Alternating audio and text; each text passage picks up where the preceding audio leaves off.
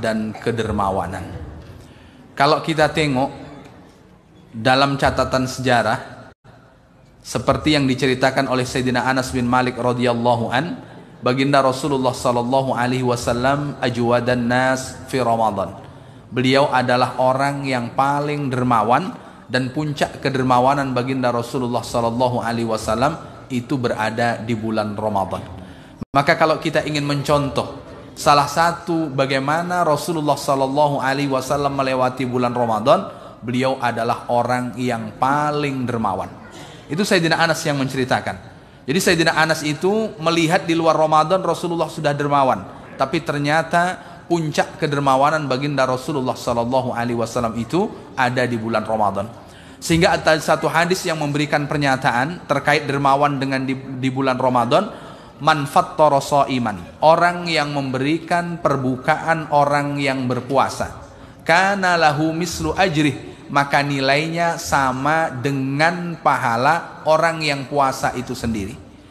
Dia memberikan makan orang yang berpuasa, dia mendapatkan pahala sama nilai pahalanya dengan orang yang berpuasa. Ini diantara anjuran supaya ketika kita berada di bulan Ramadan menjadi orang-orang yang dermawan. Maka Bapak Ibu, terkhusus ibu-ibu, kalau dapat giliran untuk memberikan perbukaan orang berpuasa, berbahagialah. Kenapa? Ketika makanan yang kita masak, ketika makanan yang kita sediakan, lalu yang makan orang yang berbuka, maka nilai orang yang memberi sama dengan orang yang berpuasa itu sendiri. Ibu-ibu dapat giliran berapa hari dalam satu bulan, Ibu? Satu kali. Wah, kalau satu kali rugi ini nampaknya. Dia harus banyak kali. Supaya apa? Supaya nilai kedermawanan itu kita dapatkan, dan nilainya tidak tanggung-tanggung, sama dengan orang yang melakukan puasa. Sementara puasa itu spesial. Puasa itu Allah sebutkan di dalam hadis qudsi, as-saumu li wa ana ajzibih, puasa untukku dan aku yang akan memberikan balasan. Maka satu di antara balasan yang Allah akan membayar tunai kepada pelakunya adalah puasa. Maka orang yang berpuasa punya pintu spesial di dalam surga Allah Subhanahu wa taala, yang pintu itu adalah Ar-Rayyan.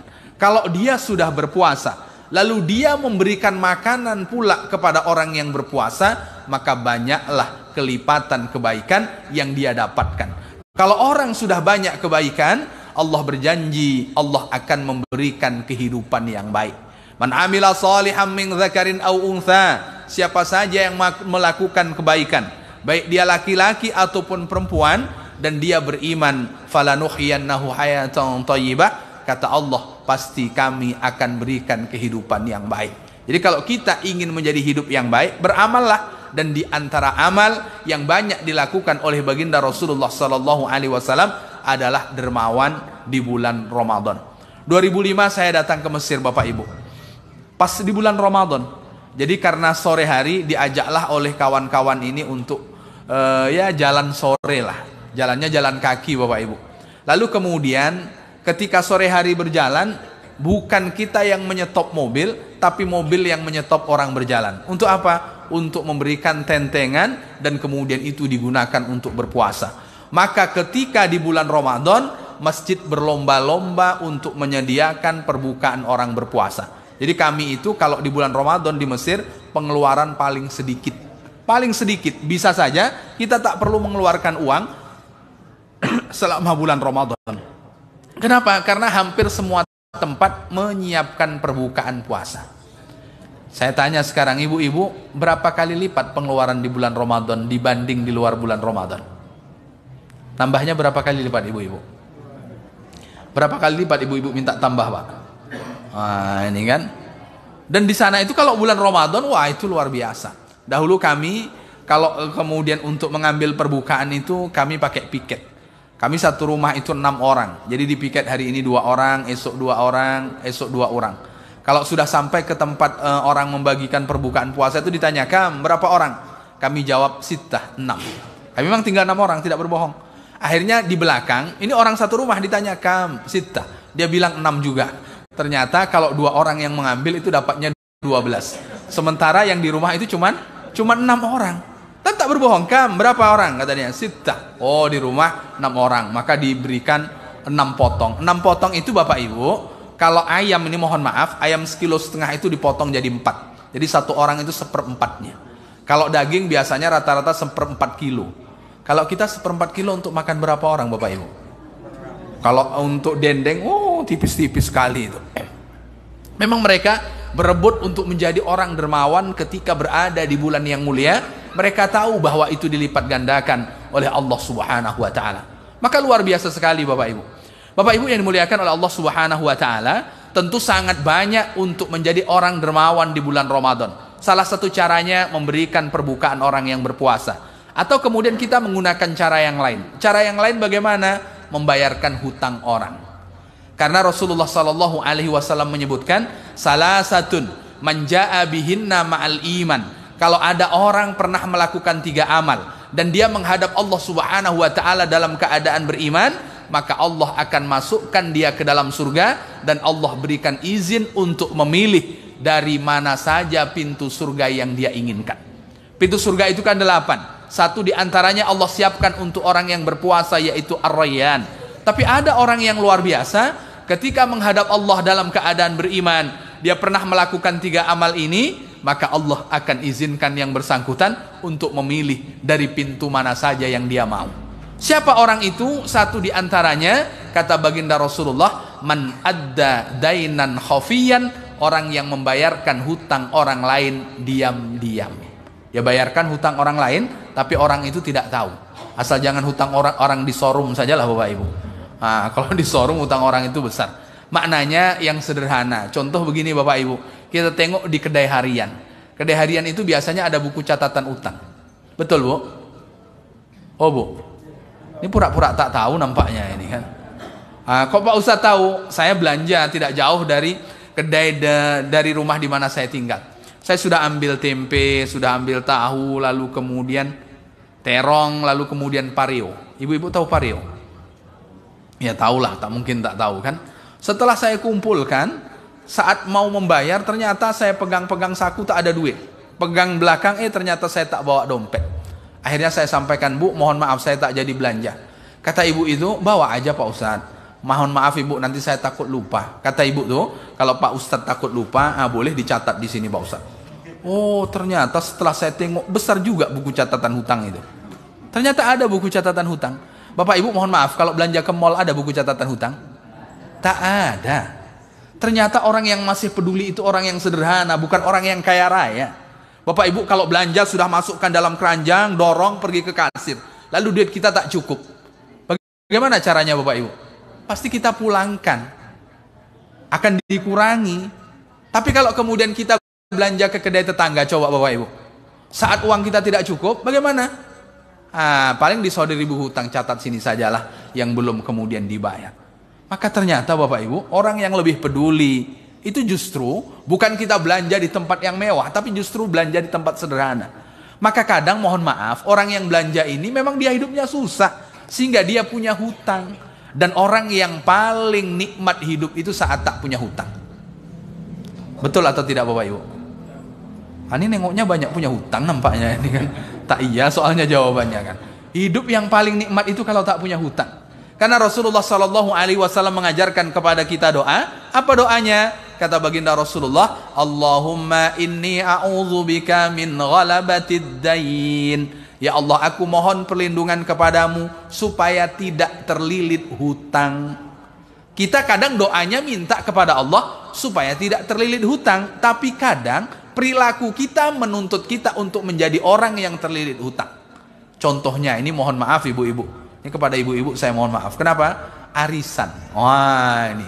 Arisan ini bahasanya bagus Bapak Ibu. Tapi kemudian kalau arisannya banyak, ini agak berbahaya kalau dapatnya semuanya urutan pertama. Karena 11 bulan sisanya hutang. 11 bulan sisanya kan hutang. Karena biasanya kalau bapak-bapak jarang ikut arisan. Tapi kalau ibu-ibu, berapa tempat Bu? Oh enggak ada, alhamdulillah kalau enggak ada. Dia ada kawan satu kampung. Wah ini kan arisannya. Kawan lulus SD, arisan juga. Oh kawan waktu SMP, arisan juga. Kawan waktu SMA, arisan juga. Ada kemudian arisan teman kuliah. Oh pokoknya teman kerja, banyak sekali arisannya.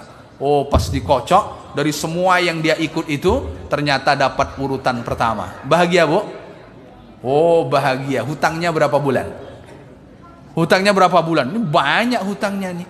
Kredit itu kan bahasa sederhananya, bahasa kasarnya kan hutang. Orang yang paling nikmat itu ya saat tak punya hutang. Besar gaji, kalau kemudian hutangnya banyak, ya besar di awal. Waktu ada SMS banking berbunyi, besar nominal gaji kita. Tapi berikutnya disedot oleh bank yang lain untuk kemudian mengangsur hutang kita. Maka orang yang paling nyaman itu saat tak punya hutang.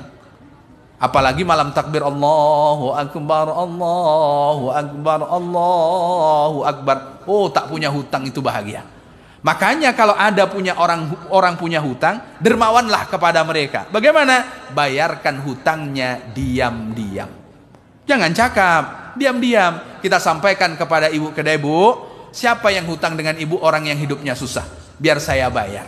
Tapi mohon maaf ibu, amanah saya, jangan beritahu orang yang bersangkutan saya yang membayarnya. Cukup katakan hutang ibu sudah lunas di kedai kami.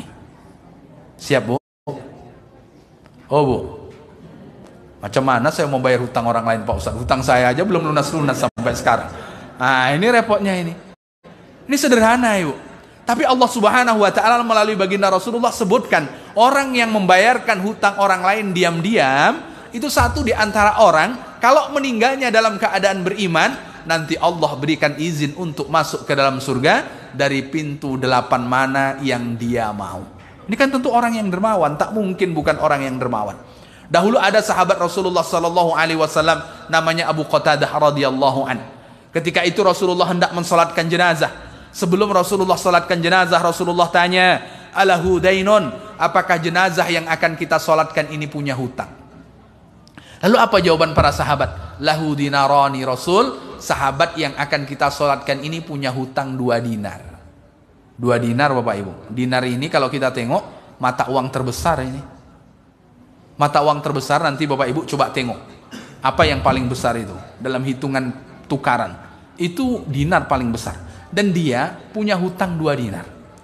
Lalu Abu Qatadah ketika mendengarkan kalimat ini dia mengacungkan tangannya sambil berkata, "Ya Rasulullah, dinarani alayya, 2 dinar hutangnya, biar aku yang membayarnya." Kenapa?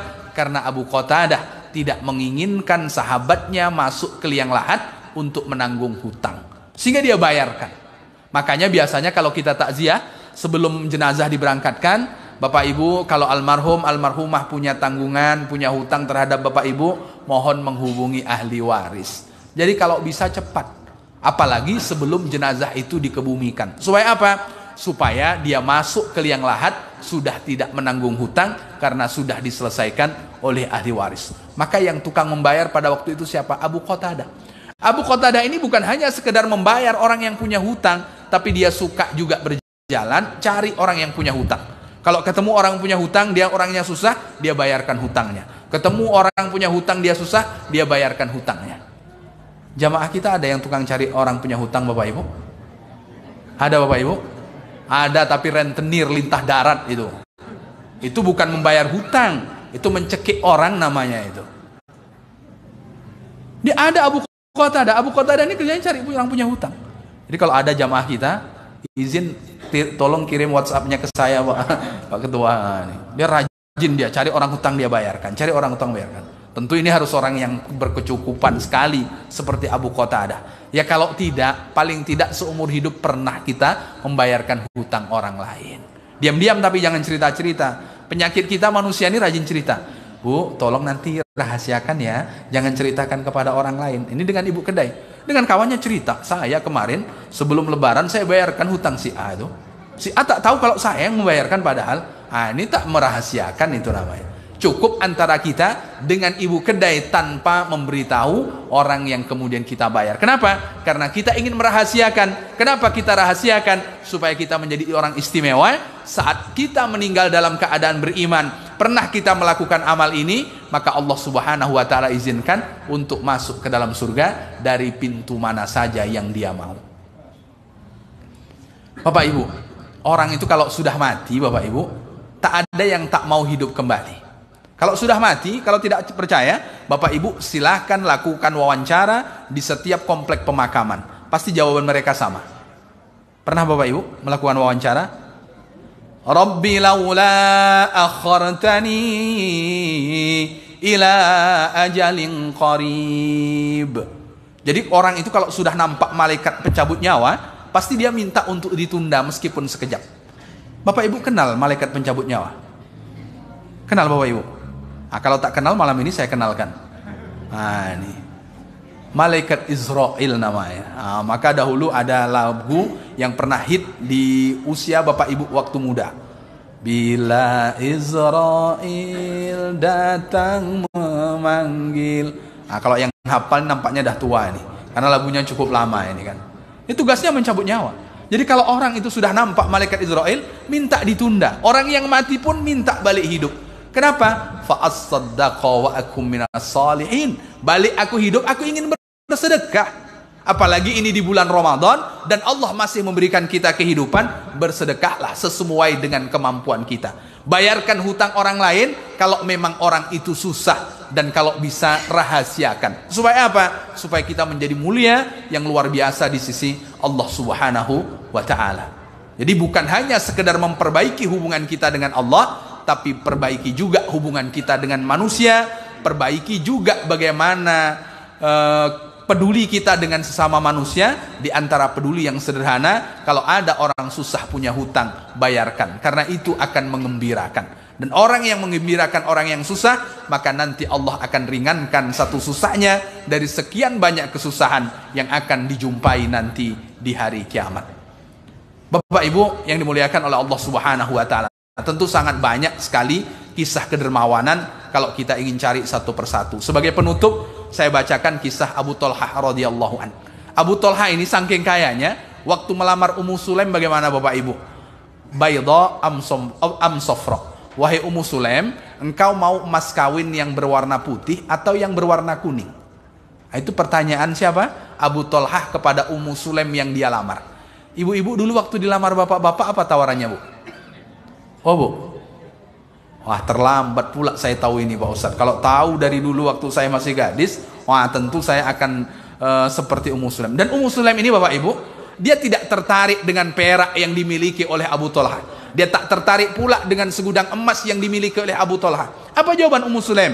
Tak ada yang mampu membuat aku menolakmu wahai Abu Thalhah, melainkan engkau tidak satu agama denganku.